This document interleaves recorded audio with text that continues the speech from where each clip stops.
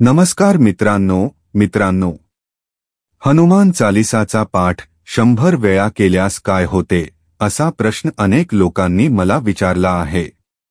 आणि हा पाठ कधी करावा, याचे नियम व विधी काय आहेत आणि यामुळे आपल्याला काय लाभ होतो, हे सर्व काही आपण सविस्तर जाणून घेणार आहोत। आणि शेवटी ज्या लोकांनी हनुमान चालीसाचे 100 पाठ केले आहे त्यांचा अनुभव काय होता आणि त्यांच्या आयुष्यात काय बदल झाला, हे सुद्धा आपण जाणून घेणार आहोत। तर कृपया हा व्हिडिओ शेवटपर्यंत नक्की बघा। सर्वप्रथम आपण हनुमान चालीसाच्या पाठाचे नियम आणि विधी जाणून घेऊ। सर्वात पहिला नियम म्हणजे आपण हा पाठ मंगळवार किंवा शनिवार या दिवशी सुरू करावा। आणि जेव्हा तुम्ही हा पाठ करत आहात त्या दिवशी तुम्हाला उपवास करावा लागतो आणि मांस, मद्य, कांदा, लसूण यांचा त्याग करावा लागतो। ही गोष्ट तुम्हाला आधीपासूनच माहिती असावी। आणि ब्रह्मचर्याचे पालन सुद्धा करावे लागते। उपवासाच्या दिवशी तुम्ही फळाहार करू शकता। तर हे झाले नियम। आता हनुमान चालीसाचा पाठ करण्याची विधी जाणून घेऊ। सर्वप्रथम सकाळी उठून स्नान करावे, देवाला दिवा दाखवावा, त्यांना भोग चढवावा आणि श्रीराम नामाचा जप करावा। त्यानंतर एकदा हनुमान चालीसाचा पाठ करा।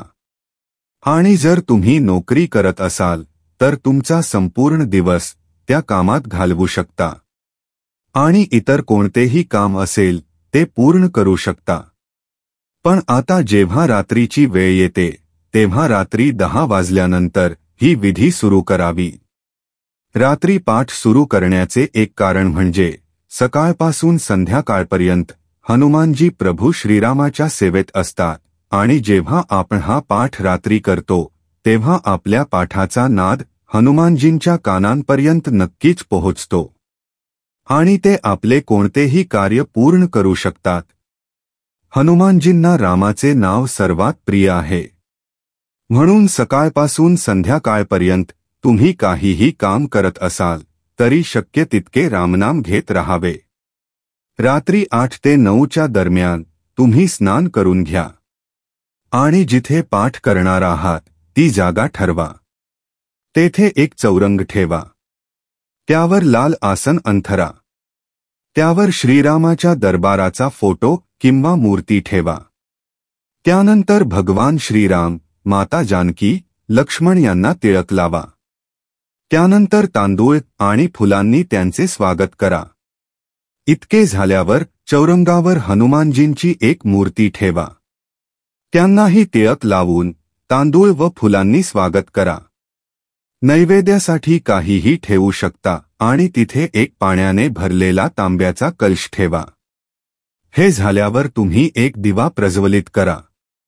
तो दिवा तुम्ही चमेलीच्या तेलाचा लावू शकता किंवा तुपाचा सुद्धा। आणि एक गोष्ट विशेष लक्षात ठेवा, तो दिवा तुमचा संपूर्ण पाठ पूर्ण होईपर्यंत विझू नये। यानंतर श्री गणेशांचे स्मरण करा। श्री गणेशाय नमः असे म्हणून श्रीरामनामाचा जप सुरू करा। 10 ते 15 मिनिटे तुम्हाला श्रीराम नामाचा जप करावा लागेल। या जपात तुम्ही जय सीताराम असे म्हणू शकता किंवा राम राम असेही म्हणू शकता। आता आली सर्वात महत्त्वाची गोष्ट, संकल्प। तुमच्या हातात पाणी आणि फूल घेऊन एक संकल्प घ्या की मी 100 हनुमान चालीसाचे पाठ करणार आहे। आणि त्यानंतर तुमची जी काही मनोकामना आहे ती बोलून ते पाणी एका पात्रात सोडून द्या। आता तुम्ही हनुमान चालीसाचा पाठ सुरू करा। तुमच्या मनात हा प्रश्न आला असेल की 100 हनुमान चालीसा आपण कसे मोजू? त्यासाठी तुम्ही काहीही ड्रायफ्रूट्स घेऊ शकता। असे 100 ड्रायफ्रूट्स एका पात्रात घेऊन ठेवा। प्रत्येक पाठ पूर्ण झाल्यावर एक ड्रायफ्रूट घेऊन ते हनुमानजींच्या चरणांमध्ये अर्पण करा किंवा दुसरे एखादे पात्र असेल तर त्यात ठेवा।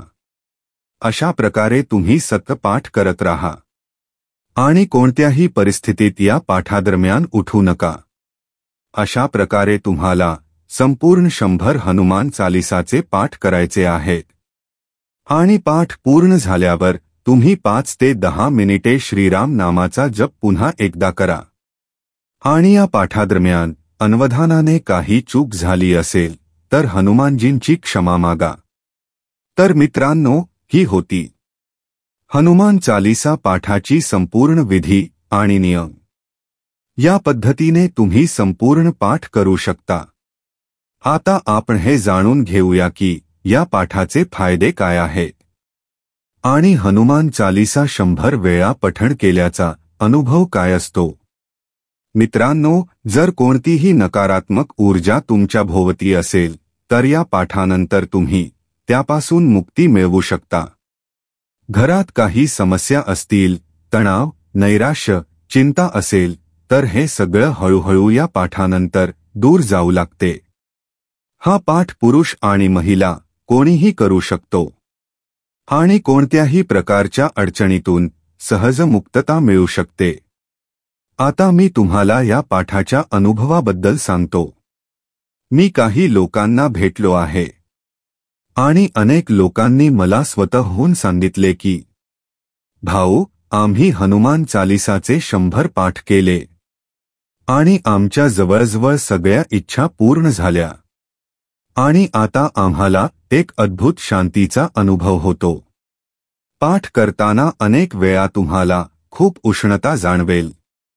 जेव्हा असं वाटेल तेव्हा समजून घ्या की हनुमानजी तुमच्या अगदी आसपास आहेत। म्हणूनच आपल्या शरीरात तीव्र उष्णता जाणवते, पण तरीही तुम्हाला पाठ सुरू ठेवायचा आहे। आता मी माझा स्वतःचा अनुभव सांगतो। जेव्हा मी हनुमान चालिसाचे 100 पाठ केले तेव्हा माझ्या शरीरात काय घडले, माझ्याबरोबरही असाच प्रसंग आला। अचानक घरात उष्णता वाढली आणि मला सुद्धा जाणवू लागलं की हनुमानजी माझ्या अगदी आसपास आहेत। म्हणून मित्रांनो, मी पाठ सुरूच ठेवला आणि पाठानंतर माझ्या सर्व मनोकामना पूर्ण झाल्या आणि आता मला अद्भुत शांतीचा अनुभव होत आहे। तर मित्रांनो, मी इथेच हा व्हिडिओ पूर्ण करतो।